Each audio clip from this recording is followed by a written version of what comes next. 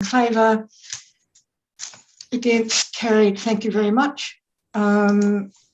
Secondly, the confirmation of the status of agenda items.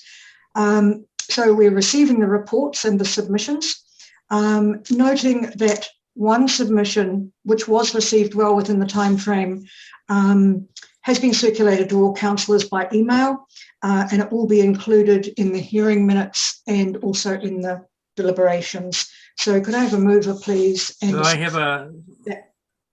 could I say something, Madam Chair?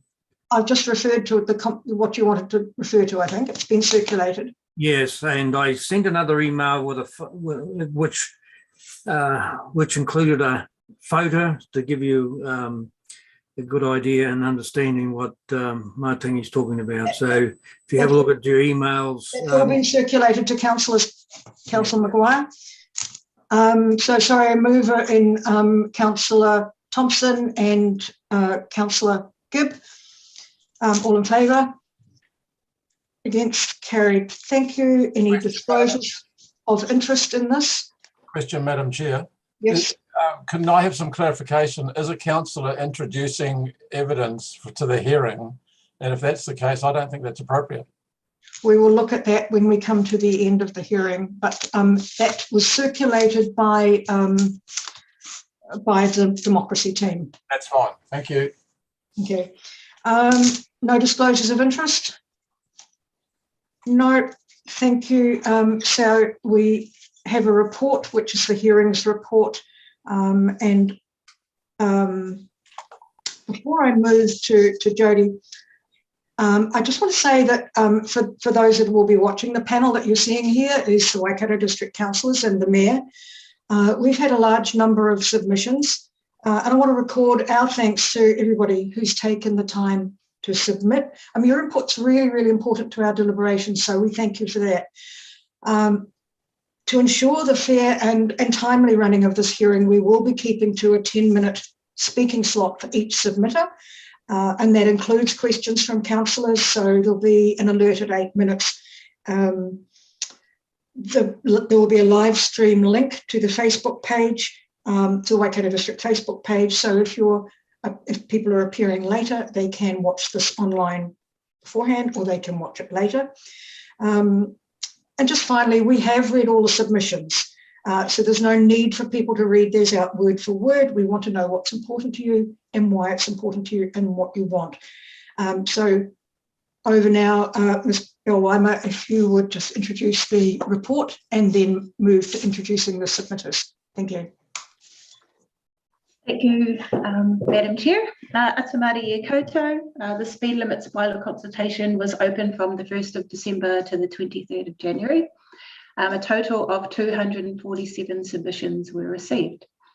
There was a mixture of responses with 71 in support, 91 supporting in part, and 85 not in support of the proposed changes. Today we will be hearing from 27 submitters and the deliberations will take place on the 2nd of March. Our first submitter for the day is submitter number 2686, Russell Patton. You can find his submission on page number 82 of the agenda. No.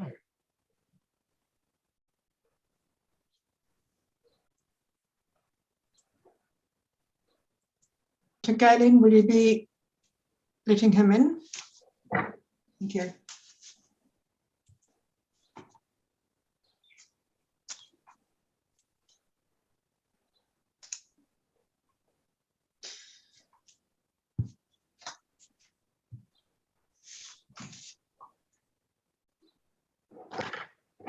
Good morning, Mr. Patton.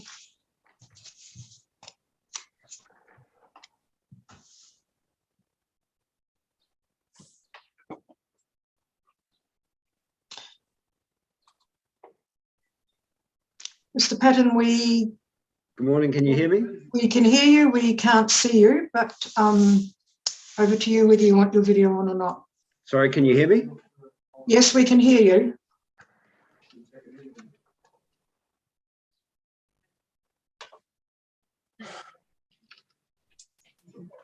I'm just trying to sort out my audio.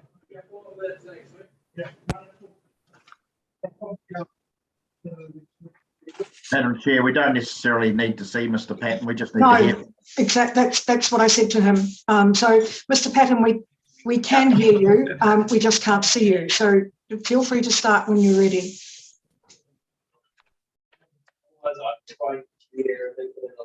Can you hear me now? Yes, we can.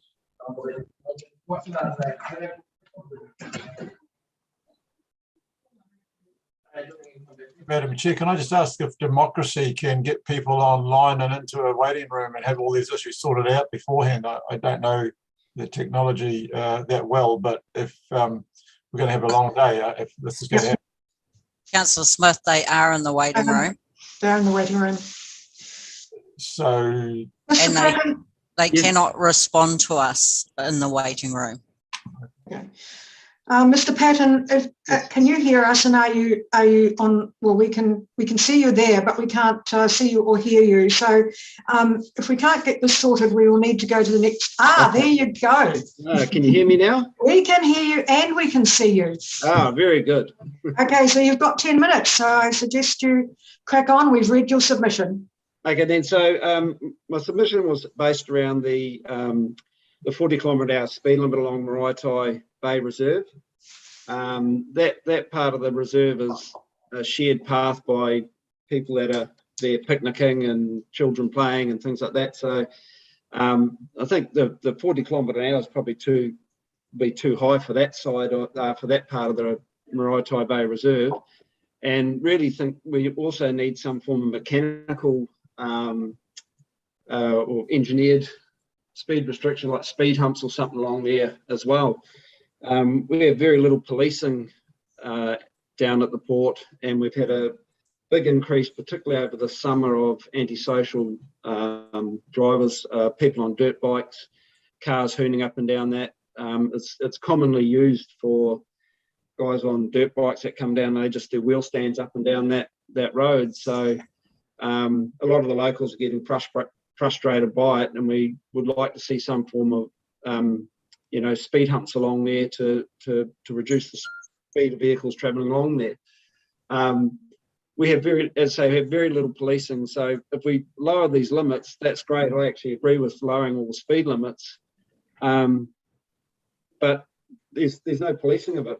There's 50 km/h limits along a lot of the places in Port Waikato now, and nobody's ever issued with speeding infringements. So I really think we need to look at, as I say, engineered solutions for mechanical type speed humps or something like that to help reduce people's speeds as well. Thank you. You've made that very clear, and your submission was also clear. Are there any questions for Mr. Patton? Councillor Eyre. Thank you, Madam Chair, and thank you for your submission, Russell. Just probably more a question to staff. The road on the reserves, is that not also restricted in part by the reserve management plans? It's not. Okay. Thank you. No more questions? If not, thank you very much, Mr. Patton. We really welcome, thank you for your submission. Thank you. Thank you. Bye-bye. Right. Right. Okay, our next speaker, it looks like we will be jumping a couple in the queue, is submitter number 2338, Peter Gunther, and you'll find his submission on page 34 of the agenda.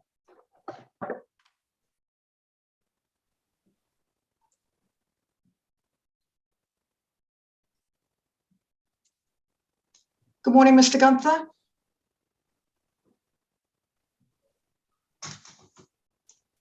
Are you ready to start?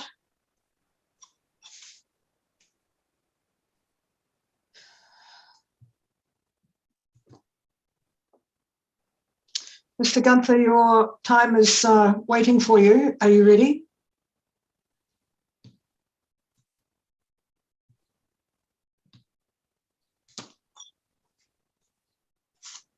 Darlene, I assume he's obviously in the room. He's in the Yeah. meeting room at the the meeting moment, room, yeah. and I've sent him a message Right, because once he's in, he can. So Yes. he can hear you. right. So Mr. Gunther, we're ready for you to start.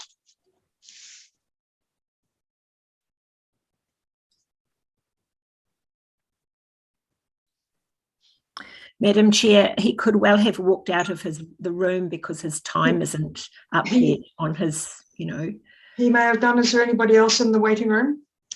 Not yet. Not Not as as yet. So We'll email Mr. Gunther separately, Yeah. and we put him back in the waiting room. okay, thank you. So we have nobody now in until 9:50, which is Federated Farmers.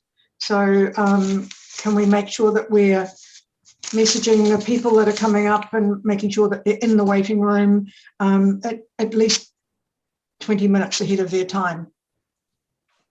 Thank you. Just reminding everybody that we're still recording, so just turn your mics off, please. And feel free to take a break.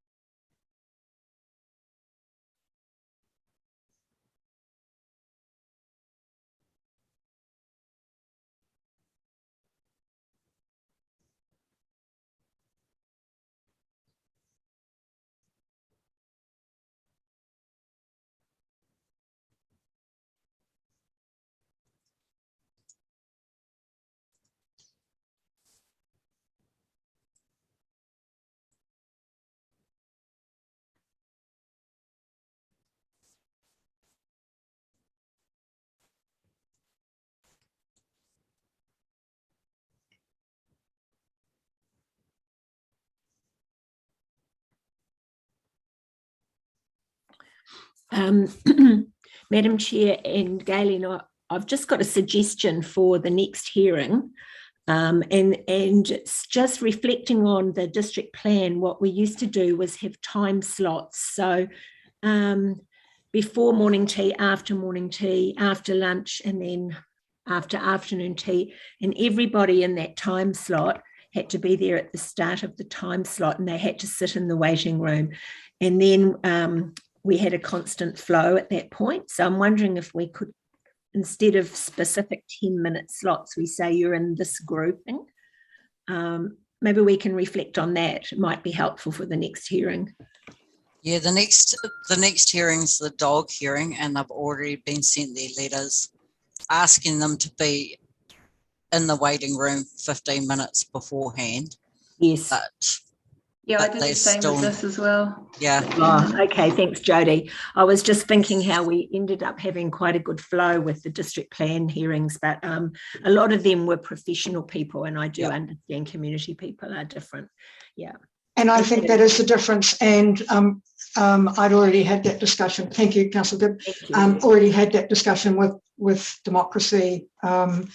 Bearing in mind that the majority of these are lay people, I think there is unfortunately always going to be a little bit of slack. Just unfortunate, and I'm really sorry that it's impacting on your time. Not a problem. It's just one of those things that I wasn't thinking about myself. I was just thinking about. Absolutely, I agree. I would have expected probably the next. At least the next 4 or 5 submitters to be sitting in the waiting room. I know that I would be. So, Madam Chair, can I say that I'm not surprised by this? This is the same trend that you would have had if you'd have held it in the chamber. This is about people not showing up. They say they want to, but in reality comes they don't front up. So yeah. If we've got any sizable gaps in there, I suggest everybody go mow their lawns in between. No, Mary Ellen, we've actually got someone in the waiting room that might be watching the live stream. So that's quite all right. That's good. It's still a fact in my 20 years that people just don't show up. A lot do, but a lot don't either.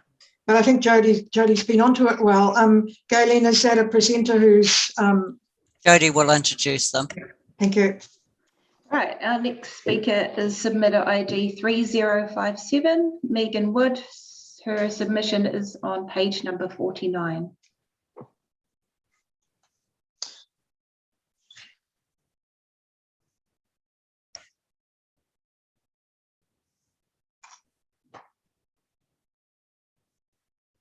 Good morning, Miss Wood. We can see you. You're on mute, so we can't hear you yet. But thank you for your submission, which we have read, and you have 10 minutes. So all yours. Thank you very much. I'm not on mute now. I think, can you hear me all right? Yes, we can. Thanks so much for the opportunity to talk to you about our concerns about the speed limits. Thanks that you've read my submission. That's great. So I'm the chair of the Board of Trustees for Te Uku School, and I've been on the board for 4.5 years. I've been the chair for 2 years. And so during this time, we've had sort of numerous conversations with District Council and NZTA and people adjacent and the property owners adjacent to the school about our concerns about road safety. And so it's really good to see that you guys are doing the speed limit review. I'm not sure if I understood it correctly, but I read through and it was saying that you are proposing for a speed limit control to be put in place outside schools, rural schools, with 60 kilometre permanent fixed speed coming down to 40 kilometres during school hours. And when I looked through the maps, it looked like this didn't apply at Te Uku School. And so that was something that I was concerned about. So Te Uku School Board of Trustees has significant concerns about road safety to do with inadequate parking and manoeuvring areas at the coffee shop and petrol station at Te Uku, and the impacts of this on road safety in and around the school and that area actually for the whole community passing through Te Uku. So we believe that there's sort of multiple things that need to happen, and part of it is the speed. We really support a lowered speed limit in the vicinity of Te Uku down to this permanent 60 kilometres an hour. At the moment it's 80 kilometres, but there's a sort of a temporary reduction to 60 during school drop off and pick up time, but we would like it to be a fixed 60, and then that would come down to 40 during school drop off and pick up. We think that there are additional things that need to happen, but I'm not sure if that's outside the scope of what this that what you're currently considering, which is about road safety improvements and the actual conversations, or the property owners adjacent to the school, them being required to have adequate parking and entry and exits suitable for the activities that they're undertaking there. So I've just seen I've got a question. Is Pip Mears supposed to be online with me? So our new principal is actually Paula Mellons. Pip Mears has left. Paula was trying to get on for this as well. I think she said at the moment, our principal is waiting for the meeting host to let her in. I'm not sure if she's able to come in as well and speak as well. Is she speaking with you? Yeah, she would like to. Okay, can we let her in? Thank you. I see she's in the waiting room. Yeah. And so where we're at is we strongly support a speed limit reduction, which is I think what you guys can consider now. We also really would love for more things to happen out there. We just believe it's only a matter of time before there's going to be a fatal accident at the Tiuku area, but due to reduced sight lines. There's a corner there, there's intersections, there's a lot going on. There's the coffee shop, there's the school, and there's the petrol station. And so the school has spent thousands of dollars to try and reduce the hazards associated with the school in terms of creating an off-road parking area with a dedicated entry and exit. We just feel that the adjacent properties need to do that as well to help reduce the risk, because there's a lot going on in the carriageway area, in the shoulder and where the traffic goes through. And people unfortunately do go quite fast through there. They don't observe necessarily the 60-kilometre during school hours. And there's also a lot of parking. People park and it obstructs the vision in and out of the school property. And so that combined with speed creates quite a problem. So am I able to, do you have any questions of me? Did you want Ms. Mears to speak, or was she just there by way of support? It still has Paula, one. it's Paula Mellons. Oh, there she is, great. Oh, Yeah, sorry. Maybe Madam Chair. Oh, sorry. Look, maybe Madam Chair, to cut down on a bit of confusion as to why it's not on the map, because it's actually on the state highway. So we're not the road controlling authority over the front of the school. That's probably why it's not on the map. We can only regulate what is local road and not state highway. So that's right. Probably what, and no, it's not probably, that is exactly why it's not on the maps or identified. So we met with with Alan Schultz from NZTA a few weeks ago, and he advised that if the speed limit came down to 60, then it would be under district council jurisdiction. Is that correct? No, that's not correct. It's still a state highway. Yeah. That therein lies the problem, and it's up to them to actually lower the speed, and I would have no problem in supporting you to lower the speed during school opening and closing hours down to 40 k's, but we can't do it as part of this process. Because this is the awkward thing. We sort of end up in between two agencies and in this grey territory, because NZTA will say that the landowners undertaking activities adjacent to the school is under district council jurisdiction, or partially. It's sort of, we just sort of end up both agencies pointing at each other, which gets quite hard. All I'd suggest you do is you've come through this process, which is good, because you've actually highlighted an issue. Might I suggest you write to me as Mayor of the Waikato District? Write to me, and I will actually forward it on to the appropriate people, and I'm sure Gareth will help me to facilitate that discussion with Waka Kotahi to try and get a better outcome, because I actually totally agree with you. It should, between, I don't know, it's like the ones I go through each morning going to work, between 8 and 9, I think it is, they go down to 40k, and then again in the afternoon. So I'd suggest that's what should happen outside your school. We just, unfortunately, Wakatahi are very good at telling us what we should be doing, but they don't do it themselves. Thank you, Mayor Allen. We've got a question from Councillor Smith. Thank you. Question, NZTA Wakatahi consulted approximately 12 months ago on the lowering of speed limits on State Highway 23, Hamilton to Raglan, and also State Highway 39, Hamilton to Pirongia. Did you submit in that process, because that determination has not yet come out from Wakatahi, but if you have not, I would suggest that you get hold of them and ask that your considerations be listened to during that process. And I'm not sure whether Mr. Bellamy is aware of where that is with Waka Kotahi, and if he is, could he tell us? I think we will hold that off. We have another question here. So this could be an offline discussion. Is the speaker aware of that process? Right, that's a good question. Thank you for that, Noel. So we weren't actually specifically invited to contribute to that one. It was great that you guys actually did invite us, so we really appreciate that. I don't think we did submit onto that one, but we had been speaking to Waka Kotahi. So yes, no, sorry, we didn't. So I will follow up with that one. That's a good suggestion to see if that's still active. Excellent, thank you. Councillor Thompson.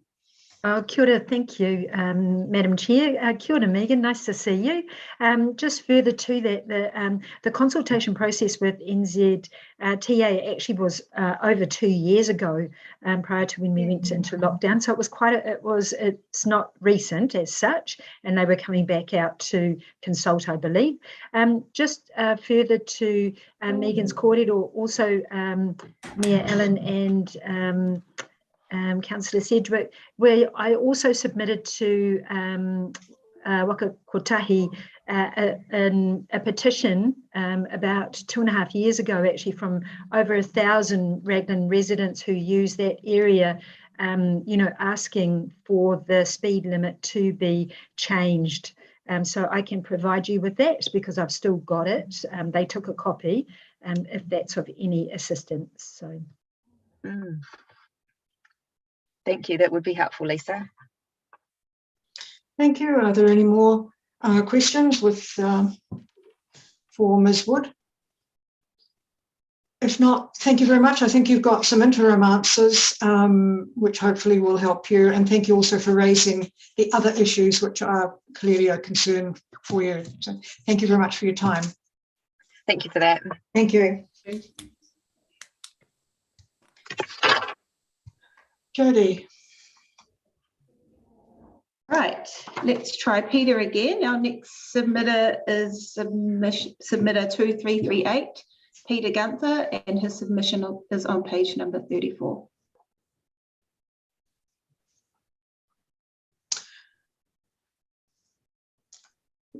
Good morning, Mr. Gunther. Do we have you on this time?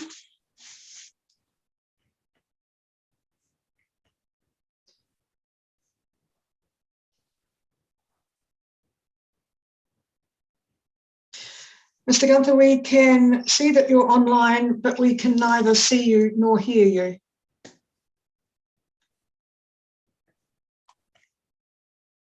Can someone ring him? Jodie has. There you are. We can see you. Mr. Gunther, you've got, she's gone again. You've got 10 minutes. We've read your submission, and the next 10 minutes is all yours. Which I don't think you heard.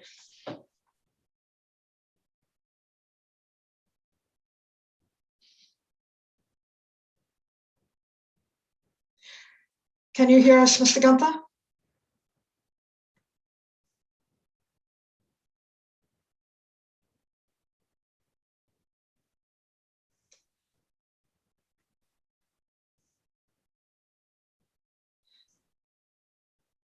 Mr. Gunther, can you hear us?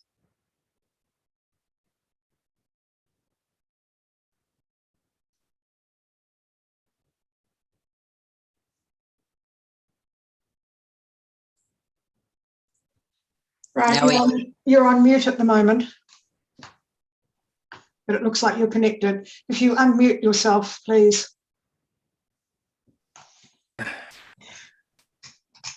And make a noise. Hello. Hello, thank you. I'm new to all of this technology. I think we've mispronounced your name. Is it Mr. Gunther? Yes, correct. Okay, apologies. Look, we've now got you in full view and in full sound. We've read your submission. You've got 10 minutes, so it's all yours. Don't touch anything. Well, I was quite surprised. I only got this fell upon this when I was looking for the dog legislation, because they're changing that to the council, and that's how I got to see this notification. Otherwise, I would have never known about it. So I did see that you sent it to all these other places, but as a ratepayer, first of all, we received no information. So as I say, if it wasn't for the dog regulation being changed, I would have not known about this change of the speed limits in the Waikato area. First of all, one thing I see also people believing that there's a zero death toll, but that's a pipe dream, to say the least. It's good as having a paperless office. As much as we all love to see that, it's never going to happen. We got the 135 pages on Tuesday night. I've just browsed through it quickly. No time to look at it in depth. So it wasn't like I could study the whole thing, but what I read down about it, a lot of people had the same things to say, even those for and against, that they were blanketing, using big paintbrushes to blanket everybody. Saying like the road condition, well, yep, we all know that, and that's one of the reasons there is a bad death toll, because of the road conditions. Our road that I'm talking about, Fraser Road, we bought that place in 2014. I don't know how many phone calls, as I've said in my submission, I've made to the council asking to come and look at the potholes. The State Highway 1 verge is basically grown over for Fraser Road, etc. Nothing gets done about it. We've had road signs that have been down there for longer than a year. Important road signs, never been fixed. So signage and road conditions is definitely the problem. I've also noticed in my travels here in New Zealand about road signs and condition. You come up to a blind rise and you've got overtaking signs on the road. Now, as far as I know, the painted signs on the road are also road signs, and they should be adhered to. How can we have an overtaking lane or ability to overtake when you're coming up a blind rise or around a blind corner? I mean, that's just asking for tragedy. Where I came from, that your double yellow line on both sides was at least 30 meters before, 50 meters before any blind rise or corner. I've never come across dotted white lines up a blind rise. But in New Zealand, we seem to have that. So, I mean, what do you expect? If someone reads the road, if I didn't know the road and I looked at that sign on the road saying I can now overtake, it's safe to do so, and I started overtaking, I could have come up into an oncoming truck without even seeing it. So yes, road signage is definitely not good enough anywhere. The ability to have what speed you must go is even worse, because you never know where you're going, what speed you must do. And having it, I was just looking at all the different regulations you want to change. People are going to be so lost. You wouldn't know what speed you want to do all the time. So, I mean, and then you want to have a greenhouse effect here. Going slow and fast in any motor vehicle, petrol, diesel, electric, it's going to have the same effect. You're going to have wear and tear on your vehicle. Petrol, you're going to use more petrol, have more emissions. So to me, a steady pace on your car, like I'd rather buy a car from a sales rep that's done 100,000 Ks in his car than a little old lady that's gone to the shop every day, done 5 Ks, and her car's got 20,000 Ks on it, because that motor will be worse condition than a salesman's car, because it hasn't had stop, start. It's had continuous running at certain RPM all the time. No matter what rules we change, there's always going to be rule breakers. I guarantee every single person that's admitted on this submission today has gone at least once over the speed limit. If anyone says they haven't, they're liars. Whether, for whatever reason it is, whether you were in a hurry, you were daydreaming, whatever, you have broken the speed limit. So yes, you always have this people, but people that do reckless and dangerous driving, I'm all for the revenue collectors to stop them and give them the fines. The other thing is, owning a vehicle and driving, having a driver's license is not a privilege. It's a responsibility. It's a responsibility that you get. You don't just get it because you own a car or you're 18. With that responsibility of a driver's license or the privilege of having a vehicle, you've got responsibilities, and people should adhere to that. putting up signs is not going to change their thinking. We don't have enough education. I've been in New Zealand since '98, and I've never ever seen any education on the TV or otherwise, other than speed kills, don't drink and drive. Speed kills, don't drink and drive. I've never seen a pedestrian one. I've never seen one for children. I've never seen one for cyclists. Never. I don't know if they do it in the schools, but when I grew up at school, we had the local policeman or traffic cop would come in and teach us the road rules. Look left, look right, look left again. How to exit a bus, never exit from the front, always exit from the back. And a good argument of that one was that speed advert we had just a couple of years back, where the two ladies exit the front of the bus and the person was coming forward, and they said, had he gone any faster, he would have hit them. Well, a good friend of mine that's also a member of the fatal accident squad here in Auckland said to me, I was 100% right. Had he been doing the speed limit, he would have killed both those girls. Because he was going 60 k's an hour, he got there before they could actually cross. Had he done 50 k's an hour, they would have walked straight out in front of him. And who would they have blamed? They would have blamed the driver, no matter what speed he was doing. But the person who's responsible was the two ladies who were walking out the bus in front of it. So education across the board. Speed humps. Well, I've got I'm busy working on a house here in Glen Eden to sell. I haven't been in Glen Eden for months, and a couple of months, and they put speed humps here. They're black. They're extremely high. I was lucky I was in a car, not on my motorbike at the time. I didn't even know they were there. There's no signpost to say they were there. And had I been on my bike, traveling even 30 or 40 k's, I could have been seriously hurt or killed, just because the speed humps are dangerous. First of all, there's no signage for them. They're the same color as the road. You can't see them. We must remember our roads are going to be used by not just people around that live in the place, but by people that are coming in from out of town. They expect to have signage. They expect to see if there's a speed hump. They expect to be able to see where the speed hump is, not hidden in the same color as the tarmac. That makes it extremely dangerous. Mr. Gunther, do you want to allow some time for questions? Or are you just happy? Questions? Are there any questions for Mr. Gunther? Councillor Church. Thank you, Madam Chair. Hi, Peter. Thanks for your submission. Hi. You're on Fraser Road. Yes. I think part of you talked about the state of the road. Can you just give us some feedback about your opinion around connectivity, like on safety of that road and like footpaths and connectivity to the? Well, what your thoughts are. Most of the rural area, locals.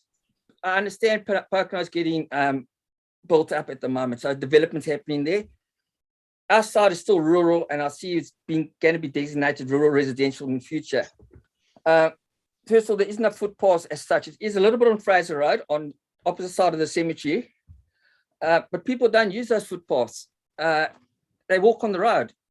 So having footpaths, if people aren't going to use them, why are we wasting our money on them? That again stems back to education. And also education, I've never come across people so stupid in my life in New Zealand that run with the flow of the traffic. When I used to run for school, when I was training for school running and running in the street, I would always run facing the traffic. So you can see what traffic's coming towards you. I have seen so many people walk with the flow of the traffic on the road or running on the road, and they can't see what's coming. That is extremely dangerous. They just have to trip. So I'm going on the speed limit and they trip in front of me. There's no way, even if I've got a supercar, I'll never be able to stop before I hit them. Had they seen me coming, they would have then realized, okay, there's a car coming. So there, once again, education. So it doesn't matter what footpaths are there. If people are going to use the street, they must be educated how to utilize the street. Thank you very much, Mr. Gunther. There's no more questions, and your time is up, but you've made some very good points. Thank you very much. Jody, can I just make one more thing here? I noticed that one lady said, the school bus, people tear past the school buses. We must have the speed things at the school bus. In our code, we've got a legislation that says you're not allowed to go past 20 k's an hour past school buses. So I don't know why that she wants to change by all the bus stops. If a bus is stopped there, I don't care if it's a school bus or not, I'll always take caution. I think, look, you've made some really good points. You've got staff listening as well. So I'm sorry. I hope it's not a PR is not a that we're going to have at least something good outcomes about this. Yes, you're quite right. All right. Thank you very much for your time. Thank you for your time, and thank you for persevering with your not a problem. Thank you. Thank you. Bye. Bye. Our next speaker is submitter 2240, Nicola Nicholson, and her submission is on page 87.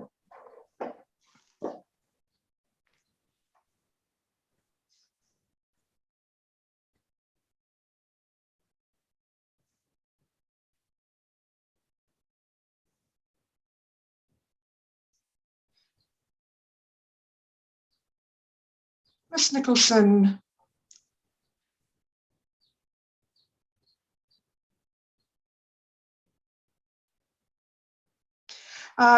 We can see you, but you're on mute. Hang on. Oh, is that better? That is absolutely better. Thank you for that. Look, we've all read your submission, and thank you for taking the time to do that. You've got 10 minutes, so give it your best. Okay, I don't think it needs long. It's just more about there's a change to the school roads regarding rural schools. I just don't understand the need for it to be reduced while school's in. I think it's more important that the reducement of speed is before and after school, when the children are coming and going from the school, when that's when the high level of traffic is during, especially for Onewhiro area school. There's between 9 and 3, there's probably 9 and 2:45, there's probably hardly any traffic around at that time around the school. That's it. That is probably, look, you get top points for the clearest submission. Are there any questions for Ms. Nicholson? Councillor Beck. Yeah, thank you. Gareth, just help me out. Were we not doing variable speeds as an option for some schools, or is that only in the urban area? Through the chair, at the moment we're looking at apologies.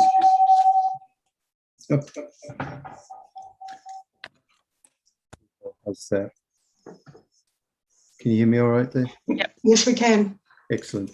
Yeah, so look, we've got one option out at the moment, which is to have a speed during school hours. We are considering the other options potentially for the variables, but the variables are at the moment just for the school hours during school days only. That's no, I don't understand. Sorry, I don't understand why you'd have variable, like reducing that speed during the school hours, because you're saying in your submission that you're going to have variable speeds with 40 kilometres during school hours of 8:30 to 3 and 60 kilometres outside those hours. Well, currently that area is 50 kilometres an hour currently, but does it make sense to have variable speeds while school's in? Your highest traffic movement is before and after school.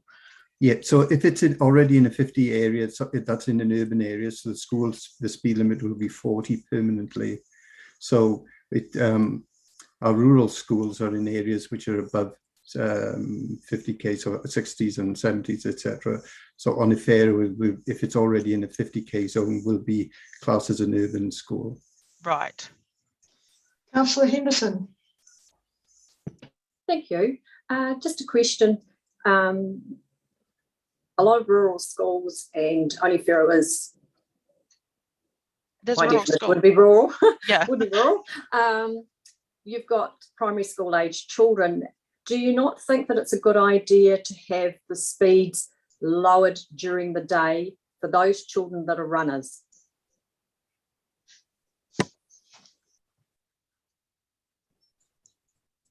I guess you'd have to consult the school on that. I'm not aware of many. I know of one child that is a potential runner, but he does have a teacher aide with him full time. So the school has already identified their high risk, I think. But again, it's not, you know, Hall Road is off the main village road per se, and I don't think it's as much as a risk, say, if you were to look at Te Kahonga School, which is on a 100k zone area. Thank you. Councillor Church. Yeah, thanks, Madam Chair. Nicola, thanks for coming in. You've answered my question actually with I wasn't going to ask you about whether you're part of the school or just a resident there, but you brought up Te Kahonga. So can you, Te Kahonga is part of the submissions, can you give some feedback about your experiences around the Te Kahonga school versus your Onewhiro school? Only from being a resident closer to Te Kahonga, all my children attend Onewhiro, but for Te Kahonga, I would have actually thought, I don't know why I didn't think that they weren't being included, but I do think it's quite important that probably we have speed reduction along, and in front of their school. I can't really say much more than that on them. Sure. Okay. And so, if I understand, so you just want the school hours opening and shutting around the Onewhiro school. I assume if they had an after-school care, that would include those times as well. I guess so, but they don't have after-school care. Yeah. But they, because they do have a lot of traffic when the kids, for instance, go to rugby practice and think that they have to walk across Hall Road to go to the Onewhiro Rugby Club. Yeah. So, and I struggle with. At the moment, I've been struggling with Counties Energy being up there with the trucks barreling up the road during school hours. So I've won that battle with them. But yeah, I think for me, the highest amount of traffic is during before and after school. When you've gone up there during the day at any stage, it's actually very quiet. Sure. Yeah, cool. Thank you. I'm going to go to Mayor Allen now. And you're on. Hi, Nicola, how are you? All right, thank you. Good. Hey, look, I just want to be really, really clear so everybody gets a clear message here. I think it's clear, but sometimes people, unfortunately, get things a little bit wrong. So what you're advocating for is down to 40k in front of the school only at opening and closing times to be determined for the school, correct? Yes, that's correct. And not the whole village, correct? All the time? No. Okay, you're happy for it to stay at 50 all time, but not come down to 40? That's correct, yes. Okay, I just wanted my colleagues to hear that correctly. Okay. Thank you. No worries. Councillor Smith. Are you acting on behalf of the school or as an individual member of the school community? No, I'm acting as myself as an individual school. A parent of the school. Parent of the school. And just from my observation, from doing school drop off and pick up that I do with my children. So excellent, thank you. Yeah, thank you. There are no more questions. Thank you very much, Ms. Nicholson. Thank you. Very, very helpful. Thank you for taking the time to submit. We really appreciate it. No problem at all. Thank you. Thank you. Cool. Thank you. Goodbye. Bye. Right. Our next speaker is submitter 3024, Alan Arnold, and his submission is on page 101 to 102.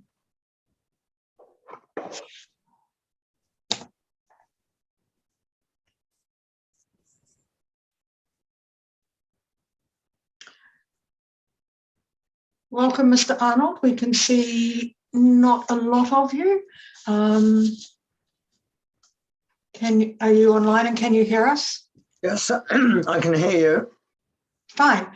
We can't actually see you. There's quite a lot of dark, as you'll see if you look at the screen. But if you're happy just to present without us seeing you, please go ahead. You've got 10 minutes, and so that's over to you from now.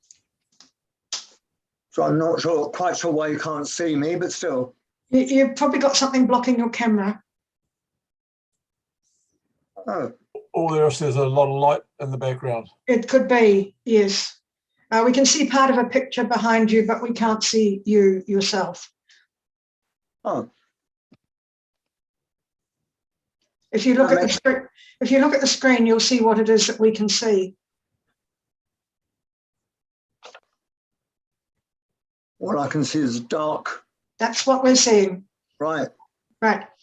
So probably means not enough light on me, does it? Never mind. Let's go ahead without you seeing me. I'm not worried. But we've read your submission, and thank you very much for submitting. As I said, you've got 10 minutes, so feel free to start. Well, I've got mixed feelings about the submission, as you would see from my what I've sent in. I certainly agree to the extension of the 40 km/h limits on the residential roads.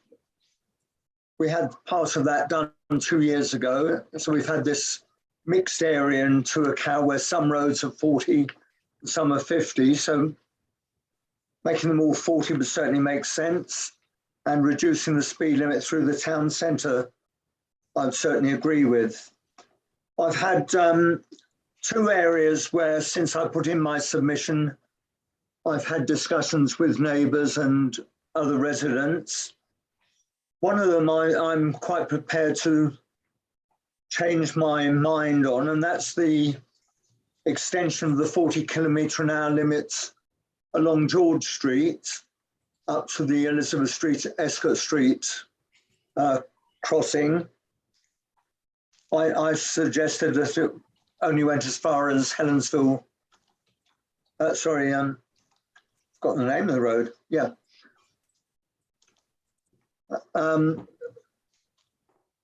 But in view of the amount of school traffic, school children walking and so on coming out of Elizabeth Street at the junction with George Street, I'd be quite happy to go ahead with that plan, that should be 40 km/h from there into the town centre. The other comment I've had has been on Buckland Road, where we've got 2 schools in close proximity. One is the primary school, where you're proposing a permanent 40 km/h limit. And the other is Tuakau College, which is only a few hundred metres further along the same stretch of road, which at the moment is included with the primary school as a single school zone. So at start and finish of school, there's a 40 km/h light, flashing lights on that section. And out of school time is a 50 km/h right to the edge of town. The 50 km/h limit has been there now for 4 years, so people have got used to it. What you're now proposing is to change that to 60 km/h and say that the college is quite separate from the primary school and is a rural school, not an urban school. So we're now going to have a situation where you drive into Tuakau, you meet a 60 km/h sign, and 100 metres or so further along, you've got the variable school limit, speed limit sign, the 60/40. 200 metres later, it goes back to 60.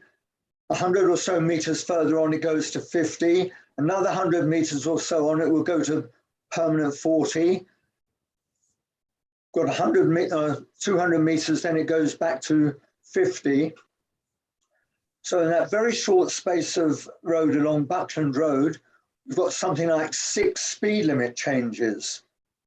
When we've already got used to just having a single school zone and a 50 km/h general speed limit, I don't see that it makes any sense whatever to go backwards. That area around the college is developing. There are 72 houses being built on a development in Elizabeth Street. Between that and the Buckland Road, there's a new park that's being developed. There's a busy shop on the other side of the road that is zoned for residential housing on that side of the road with large sections.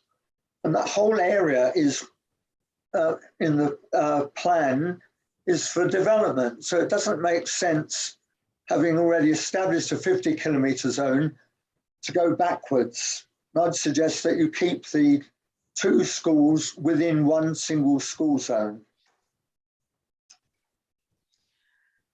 That's my comment on that one. Has anyone got any questions at that stage?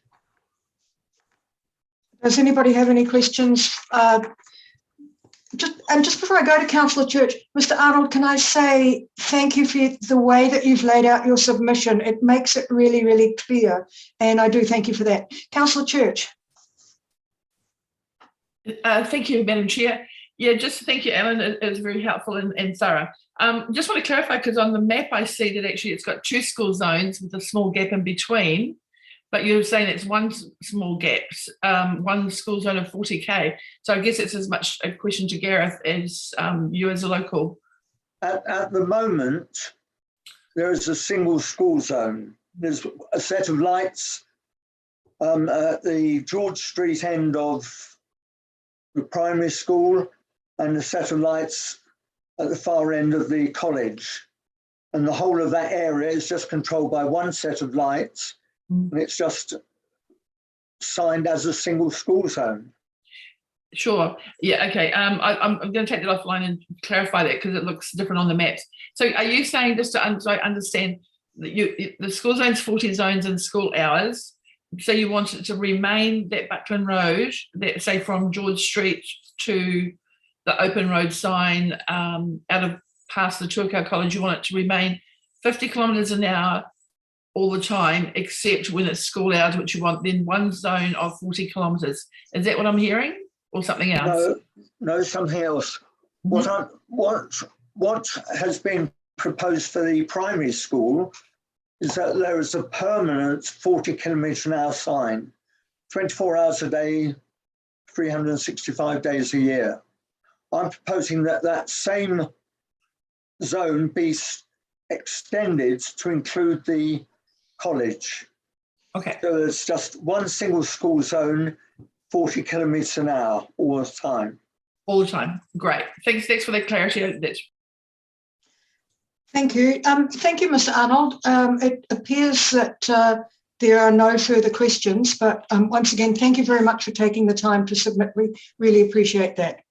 Can I say that I've got a number of discrepancies that I've picked up during this exercise. Some of them I've discussed with Gareth Bellamy already. What I'm proposing, or what I was actually doing at the time when I was asked to join the meeting, was putting all these down on an email and sending them into you today, so they might be considered with the submissions. Thank you. Thank you very much. Thank you. Okay, thanks very much. Okay, thank you. Bye-bye. Right, our next speaker is submitter 3071, David Ralph, and his submission is on page 31 and 110.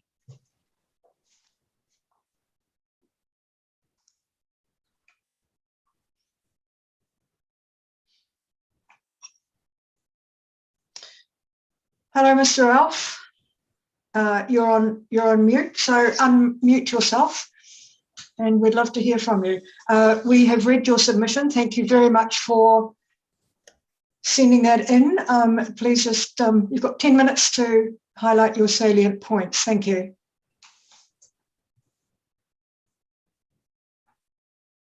You're still on mute. Is that better? Can you hear me? That's perfect. Thank you very much. Off you go. Morning, everyone. Thanks for your time. My submission may be slightly unusual in that we're supporting the proposals that have been put forward for the Tamihere area where we live, but we'd like to extend that into the Airport Road region that we live on. I was going to share the screen. I'll just do a bit of an intro first. And if it's possible, I'll share the screen. I've just got a Google map of the road and we can just walk through the current status of the road speeds and some of the I guess the issues that I've got with the speeds that occur. So we live on Airport Road. I've got a young family, 7 and 9-year-old. They attend the local school, love the community. It's a great place to live. We lived here about 9 years. And just seeing the area grow over that time. As you'll be aware, the Tamihere Country Club has finished their first stage with 100 odd homes. They've got the second stage with another 80 odd. The community centre's been built, the skate park, the kids' playground, great stuff. But I just think on the back of that, Airport Road, although I acknowledge that it's a state highway, runs through the centre of that community. And it's just become busier and busier in the time that we have lived here. I've recently sold out of a business, had more time on my hands, been doing more work around the property. I was painting the front fences the other day, so I spent a bit of time just on the road, and just amazing the cycle traffic that's going past, some of them kids, some of them elderly from the retirement village, people that are walking down the road, etc. So I just generally feel that the current 80 and the 100 kilometre zones along here are no longer appropriate, given that level of pedestrian and cycleways, particularly when it comes to the trucks. Most of the time, the road out there is quite busy. I drove along it this morning. My travel speed was between 60 and 70 Ks for the area I'm talking about. But sometimes when the traffic's a bit quieter, you'll get a truck, going through. And I was, as I say, spending some time on the side of the road the other day. The old one will just go through considerably too fast, and it's just pretty dangerous for the pedestrian usage. So I'll share my screen if I can and just walk you down the road and just show you some of the current speed restrictions. Maybe I've cracked this. I don't use Zoom very often. I'm a Teams user ordinarily, but we'll see how we go.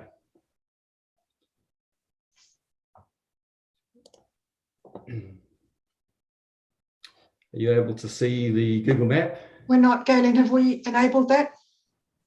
Yes, he should be able to do it.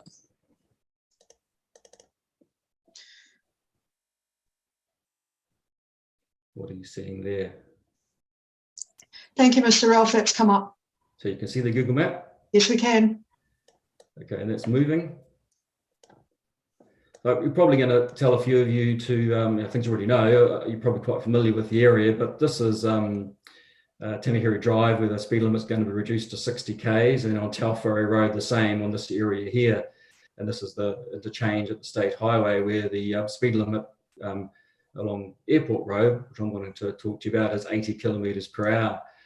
So the first thing we come to is the new underpass, which is going to be a great asset. There's a cycle path which comes down here, goes through the underpass, and then continues out onto Tamihere Drive and connects Hamilton and the Cambridge area.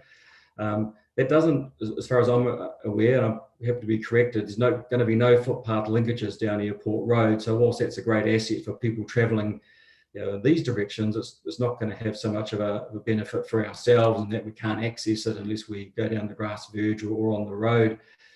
Here is the first phase of the country club. This is the second phase under construction at the moment. And as we leave the intersection, go past the underpass, this is obviously the new community centre, which isn't featuring on this photograph. It's obviously an older Google map that's all developed now, as I'm sure you'll be aware, with playgrounds, shopping centres, etc., and backs onto the school. This area here is the 80 to 100 kilometre zone. So we've got 80 kilometres from here. And I'll just zoom in, sorry, wrong way, I'll zoom in slightly. Then it changes to 100 kilometres for the remainder. And immediately following the 100 kilometre sign is a paved access way from the old Newells Road that's been closed. There's no road traffic through here, but there's foot traffic which comes out onto Newells Road and crosses here. And we often see people from Pencarrow walking down the road and across there. So it doesn't make a lot of sense to me to go to 100 Ks and then have a pedestrian foot crossing. And equally, if traffic's coming this way, they're going to 100 Ks and then slowing down, and they may be after the 80 kilometre sign.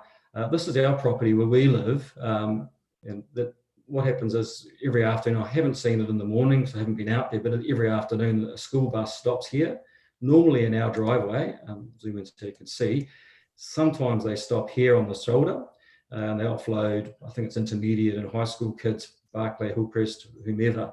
Often there's cars parked along here to meet their kids, and some of the kids will hop out, walk along the road, and then they cross the road to go to some of the residential areas. If I zoom out, you'll see there's the Tamihere Country Club there, Victoria, the country living zone, a lot of homes. So we've got a number of kids that are disembarking and crossing the road. There's a walkway here, or it's actually into a private property where they've done a sort of a style where they obviously cross their boundary fence, and onto Airport Road as access.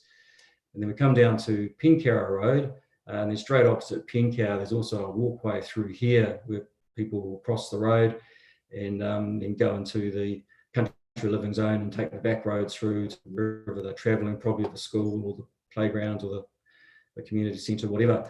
And this is actually it's not so bad even in our property because it's a flat, straight road. But here, this is a hill and it's quite a curvature here. So, this is a 100-kilometre zone with, say, again, with people crossing. And then we come down to the Narrows Bridge where it's 45 kilometres speed. That's not a speed restriction. I think that's a recommended speed. I'm not a roading expert, but that's the sign there.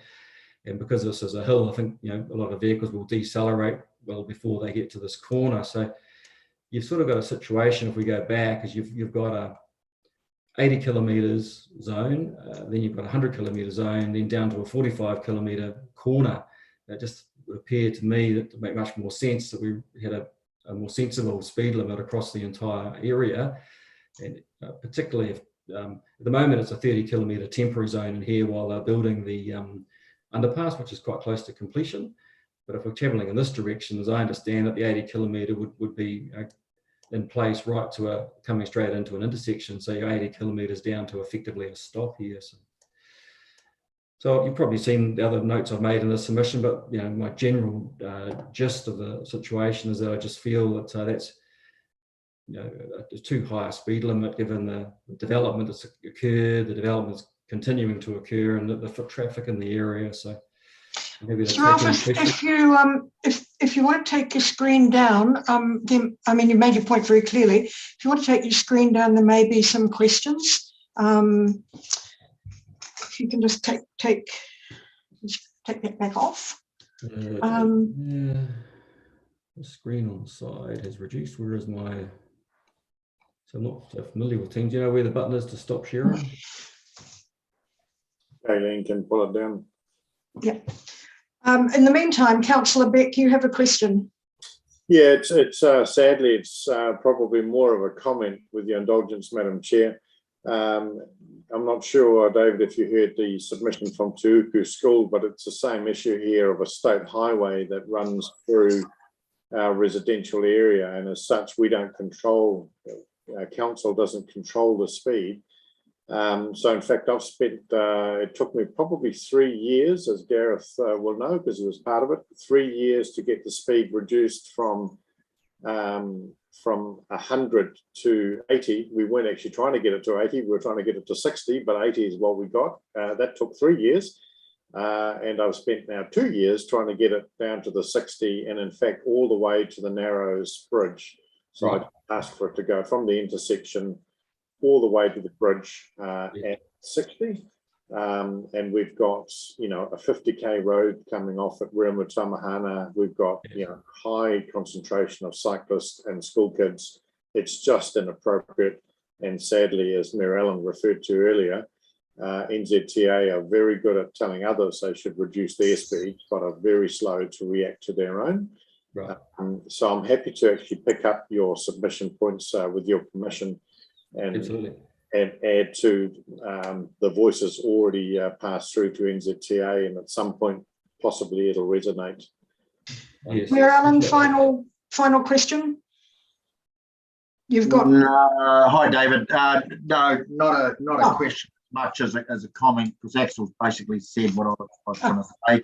The only thing, David, if you'd like to write to me, I will take it up along with Axel and actually approach Wakatahi again.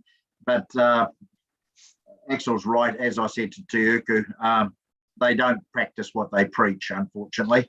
They're very good at telling us what to do, but they don't do it themselves. Yeah. Councillor Beck has an amazing ability to pick up of what everybody else is thinking. Well done. I wrote to New Zealand Transit about a year ago. They said they were going to look at it and never came back to me, and then this process came up. So I will write to you. I appreciate the opportunity, and then I might follow up with them as well.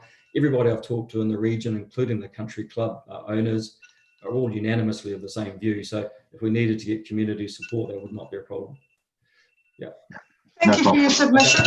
Thank you for taking the time to present to us. That was really helpful. So I think now we are up to, unless we have Federated Farmers, which No, they've sent their apologies through this morning. they have. Okay. So now we're at a break. If you can come back, please, by just before 11:10. The other thing too is it would be really helpful if you have questions, if you can put your hand up throughout the presentation so that I know whether to let the people continue on to their 10 minutes or whether they need to have some question time. But thank you very much. And Madam Chair. Yes. Yeah, nothing related to this, but can you ring me when you go offline, please? I can, when my timer stops timing.